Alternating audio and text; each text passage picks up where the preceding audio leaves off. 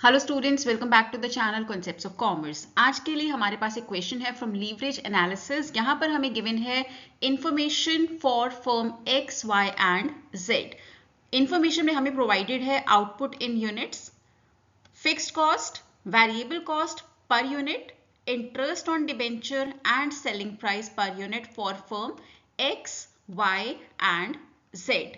We need to use the above given data and calculate operating leverage, financial leverage and combined leverage for the firms and interpret the results. So let's start with the solution. सबसे पहले हमें बनाना होगा income statement तीनों firms के लिए, that is X Y and Z. उसके लिए will make a table like this because once we have the income statement we can easily apply the formulas for operating, financial and combined leverage. सबसे पहले we need to write sales. Sales कितना है, हमें question में given है selling price per unit and output in units. दोनों को अगर हम मल्टीप्लाई करते हैं वी विल गेट सेल्स का amount for X Y and Z firms. So यहां पर हमने कैलकुलेशन किया है, आपको ये फिगर्स यहां पर नहीं लिखने हैं, these are just for the calculation. So firm X के लिए 50,000 यूनिट्स फर्म X बेचता है into 2 rupees per unit. Similarly Y firm output है 20,000 unit, selling price per unit है 7 रुपए। Z के लिए 1 lakh is the total output and 1 rupee per unit is the selling price. Now this you have to write, X का sales है 1 lakh rupees, Y का 1,40,000 rupees and Z का 1 lakh rupees. Next step is we need to subtract variable cost. हमें variable cost less करनी होगी sales में से। सो variable cost हम कैसे निकालेंगे, हर फर्म के लिए हमें variable cost per unit given है एंड टोटल आउटपुट भी हमें गिवन है, जिसको यूज करते हुए हमने सेल्स का अमाउंट निकाला था। तो आपको सिंपली क्या करना है, यहाँ पर you have to take the same output जो हमने फर्स्ट स्टेप में यूज किया था जब हम सेल्स का अमाउंट कैलकुलेट कर रहे थे, into variable cost per unit. So variable cost firm X के लिए आता है 50,000 रुपए, Y का है 40,000 रुपए एंड Z का वेरिएबल कॉस्ट है 50,000 रुपए।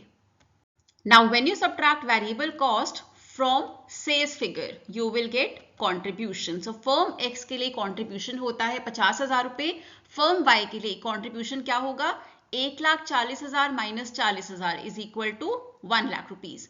फर्म Z के लिए कॉन्ट्रीब्यूशन इज सेल्स है 1 लाख माइनस वेरिएबल कॉस्ट है 50,000 is equal to 50,000 rupees. Next step is हमें लेस करना है fixed cost from the contribution. Fixed cost firm X के लिए हमें गिवन है 10,000 रुपए, फर्म Y का फिक्स्ड कॉस्ट है 12,000 रुपए एंड फर्म Z का फिक्स्ड कॉस्ट है 2,500 रुपए। Now when we subtract fixed cost from contribution we get EBIT, that is earning before interest and taxes हमें मिलता है जब हम फिक्स्ड कॉस्ट को लेस करते हैं from contribution. So earning before interest and taxes firm X के लिए हो जाता है 50,000 माइनस 10,000 इज इक्वल टू 40,000 रुपए। फर्म Y के लिए EBIT होगा 1 lakh minus 12,000 is equal to 88,000 rupees. Similarly firm Z के लिए EBIT होगा 50,000 माइनस 2,500 दैट इज 47,500। अब we need to subtract interest from EBIT। अभी तक हमारे पास क्या निकल कर आया है, earning before interest and taxes, उसमें से हमें लेस करना होगा interest so that we can get earning before taxes. अब हमें EBIT में से लेस करना है इंटरेस्ट। इंटरेस्ट हमें डायरेक्टली क्वेश्चन में गिवन है, फर्म X के लिए इंटरेस्ट है 5,000 रुपए, फर्म Y के लिए इंटरेस्ट है 10,000 रुपए और फर्म Z के पास बिल्कुल भी डेट नहीं है, बिल्कुल भी डिबेंचर नहीं है, तो इंटरेस्ट होगा 0 rupees. So EBT that means earning before tax firm X के लिए निकल कर आता है 35,000 रुपए, फर्म Y के लिए 78,000 रुपीज एंड फर्म Z के लिए 47,500।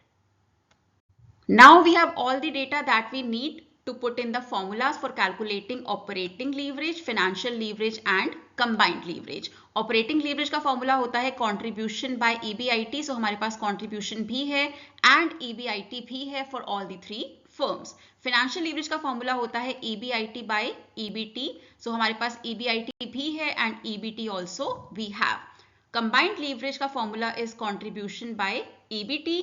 इसके अलावा अगर आप ऑपरेटिंग लीवरेज में मल्टीप्लाई करते हैं financial leverage then also you can calculate combined leverage.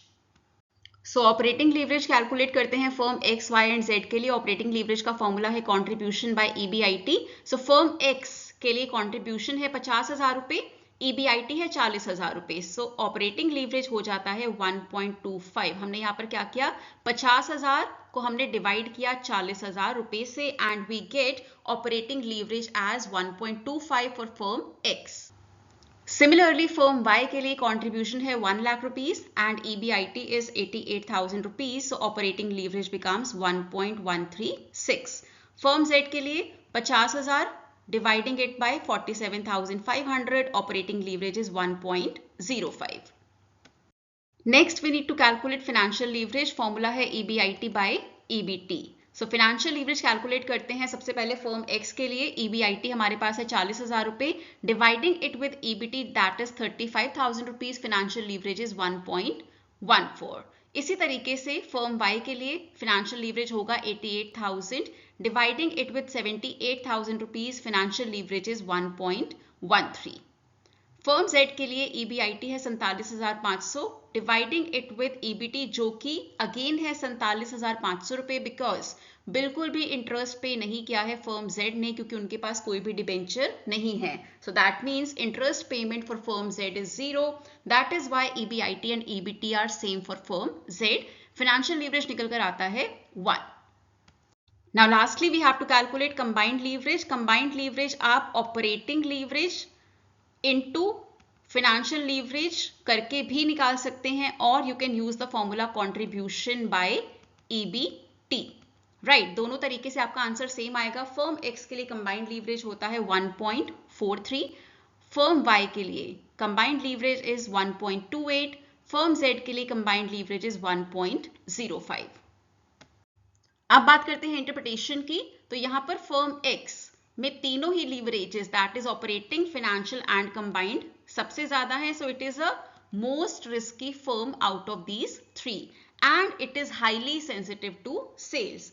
Firm Y के पास मॉडरेट रिस्क है, दोनों ही leverages that is operating and financial, and so will be the case with combined also because operating financial पर ही depend करता है combined leverage. सो दोनों ही मॉडरेट रिस्क पोजिशन में है. अगर बात करते हैं फर्म जेड की, it has a least risk involved. यहां पर रिस्क सबसे ज्यादा कम है. So it is best in case of down turns but it will gain less from increased sales.